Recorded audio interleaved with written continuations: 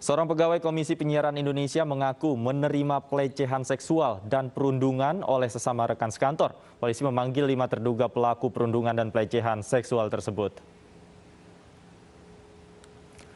Komisi Penyiaran Indonesia atau KPI mendampingi korban perundungan dan pelecehan seksual untuk menempuh jalur hukum. Hingga kini, terduga korban dan pelaku masih aktif sebagai karyawan di KPI. Dugaan perundungan dan pelecehan seksual telah terjadi sejak tahun 2012. Korban mengaku sudah melaporkan kejadian tersebut ke Komnas HAM yang merekomendasikan untuk melapor ke polisi. Namun, menurut pengakuan korban, ia mendapat respons yang tidak memuaskan. Korban pun mengaku telah melapor ke atasannya, namun malah dipindahkan divisi. Setelah informasinya tersebar, Polres Jakarta Pusat turun tangan untuk menyelidiki kasus tersebut.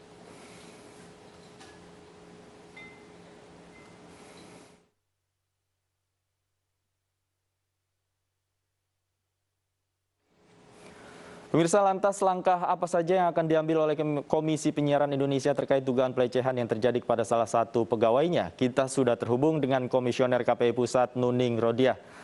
Selamat sore, Bu Nuning. Selamat sore, Mas Davi. Baik, Ibu Nuning, pertama saya ingin mengkonfirmasi atas kejadian yang tersebar di media sosial ini, apakah betul, kemudian apa langkah KPI Pusat berikutnya? Tentu kami atas dasar surat terbuka yang disampaikan oleh Saudara MS sudah melakukan upaya konfirmasi kepada yang bersangkutan untuk memastikan apakah surat terbuka yang kemudian beredar yang telah viral selama ini itu benar-benar ditulis dan disebarkan oleh yang bersangkutan. Semalam saya sudah ke rumah terduga korban dan sudah mengkonfirmasi, dan yang bersangkutan membenarkan bahwa itu adalah ditulis dan disebarkan secara luas oleh yang bersangkutan.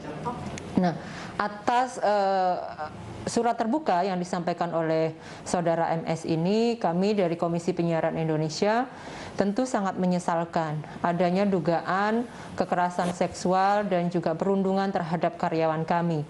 Kami menyesalkan tentunya kenapa ini sudah terjadi sejak tahun 2015 untuk kekerasan seksual dan perundungan sejak 2012. Ini kami sayangkan kenapa kemudian baru terungkap sekarang. Tentu ini akan menjadi bahan evaluasi di internal kami di Komisi Penyiaran Indonesia Pusat, bahwa tentu mekanisme monitoring terhadap pegawai, bagaimana memberikan kenyamanan dan keamanan dalam bekerja seluruh pegawai KPI itu menjadi perhatian khusus bagi kami begitu. Nah, selain itu kami menyampaikan bahwa zero tolerance untuk kasus kekerasan seksual dan juga perundungan terhadap siapapun, terhadap dan dimanapun begitu. Kita sudah konsisten bahwa selama ini sebagai regulator penyiaran, kita sudah meminta kepada seluruh industri penyiaran untuk kemudian tidak menayangkan muatan-muatan yang mengandung unsur kekerasan seksual, dan bullying, perundungan dan lain sebagainya. Nah, ini kemudian bagian dari komitmen kami untuk terus menciptakan zero kekerasan terhadap seksual maupun terhadap perempuan maupun laki-laki begitu. Baik. Dalam surat terbukanya korban ini ya. Bu Nuning, dalam surat terbukanya korban ini mengatakan bahwa sebenarnya ia sudah melapor pada atasannya. Kemudian tidak ada sanksi serius yang diberikan kepada para pelaku bullying ini, tapi hanya dipindah tugaskan saja. Seperti apa itu? Betul. Jadi kalau pindah tugaskan tidak benar, begitu saya pastikan. Untuk pengaduan yang disampaikan kepada atasan langsung sedang kami klarifikasi dan sedang kami verifikasi. Kita juga butuh kemudian konfirmasi apakah yang kemudian disampaikan itu berkaitan dengan kekerasan seksual dan perundungan yang diterima oleh Saudara MS. Karena sepengetahuan saya ketika yang bersangkutan juga masuk di ruangan saya untuk menyampaikan hal ataupun sesuatu yang berkaitan dengan dirinya, menyampaikan bahwa keinginan untuk pindah divisi saja begitu. Nah, ini sedang dalam proses klarifikasi kami dan kami pasti akan sampaikan ke publik. Terlepas dari itu semuanya, tentunya kita harus kemudian mendorong ada mekanisme dan ruang konseling serta pengaduan bagi seluruh pegawai, baik itu saya kira tidak hanya menjadi PR KPI Pusat, itu menjadi PR semua lembaga, baik itu pemerintah maupun swasta, untuk memberikan keamanan dan kenyamanan terhadap seluruh pegawainya, baik itu laki-laki atau perempuan.